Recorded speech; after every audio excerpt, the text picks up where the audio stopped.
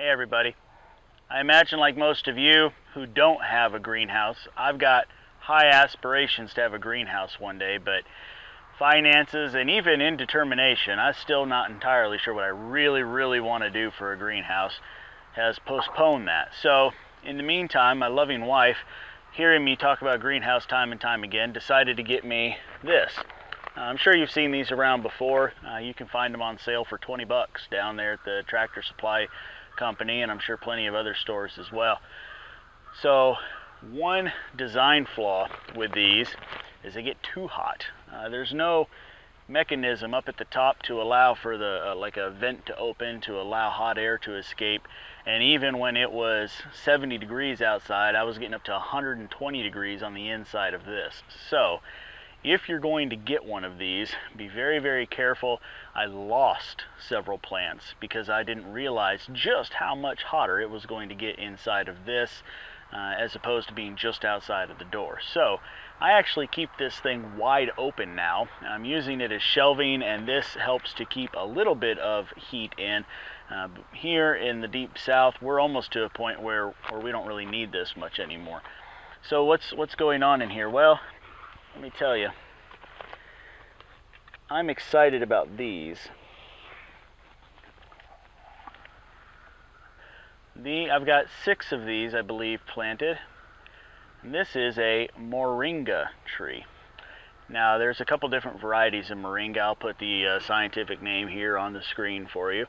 Moringa is a tree that's valued especially by permaculturists for several different reasons. It can tolerate a good chop and drop kind of pruning system.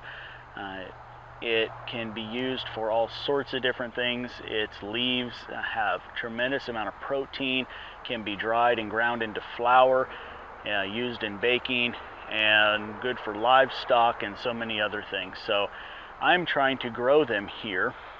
They're not necessarily expected to perform super well in zone 8. I'm kind of stretching them a little bit here, but they've sprouted. So step 1 is a success.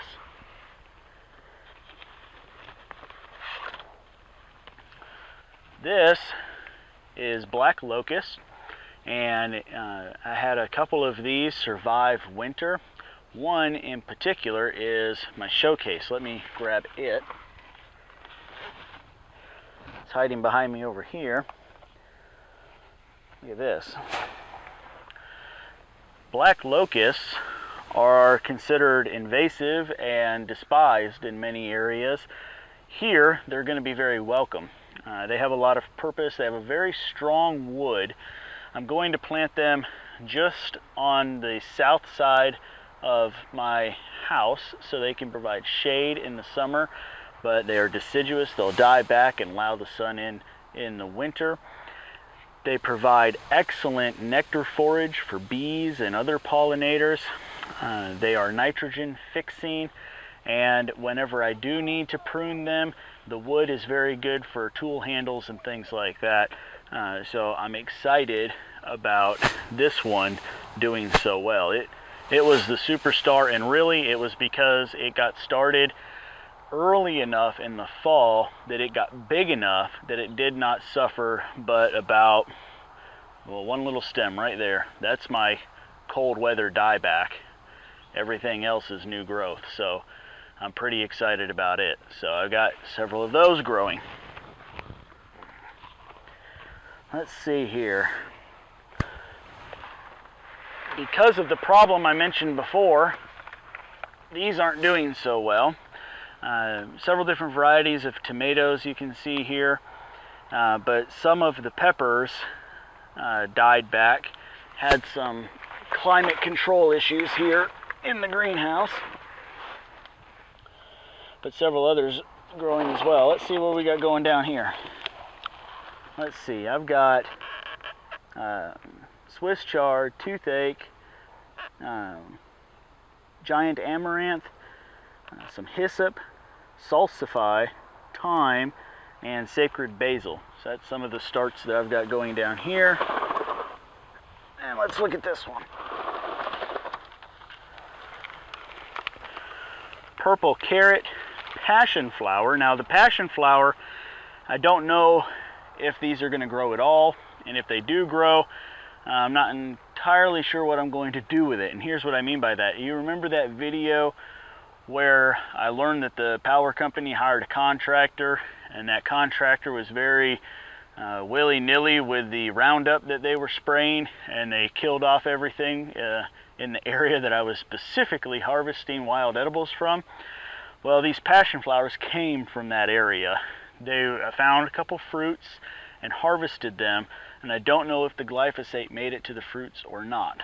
So I don't know if they will even germinate, and if they do, I don't know how much chemical would go from the plant to the seed and from the seed to the new plant. So glyphosate being an herbicide, I would presume that if the seed germinates, that would mean that there isn't any glyphosate in it, but I'm not an expert in that, so we'll see. We still probably got some time before those germinate. It's really not quite season for them yet. I've also got clary sage, coneflower, and some dill. So we'll just let those keep going. I want to put that side in the back here.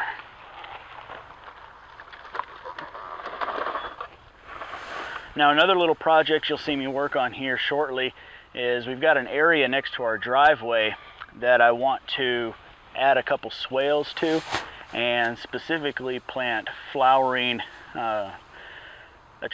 insect attracting just flowers over there. So with that, I've got some things that I saw that I want to include in that. Here we've got some milkweed, a really pretty milkweed variety. That's been getting a lot of attention here lately on social media, people wanting to save the monarchs and things like that. I just think it's really pretty, and it's not just for monarchs, it's for any pollinator out there. And lantana, I've always found to be beautiful, and I've never had it on the property. So I want to get some lantana over in those swales as well. And it's going to be a nice place to just, as an attractor, when you drive onto the property, to see the hillside right there flowering. So let me also show you this. This is kind of fun. Just about this time last year, when I was first getting bees, the bee association, the property that they had a whole lot of wild onions growing on it.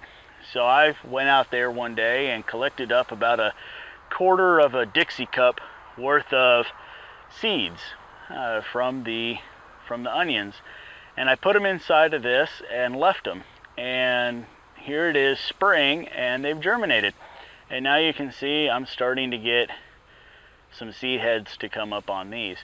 So I'm going to be spreading this seed throughout the property and including this as a part of our pasture system. So this right now is a seed growing system so that I can add this variety out to our pasture. So lots of fun things happening. I just wanted to bring you in on what's been going on in the next couple weeks.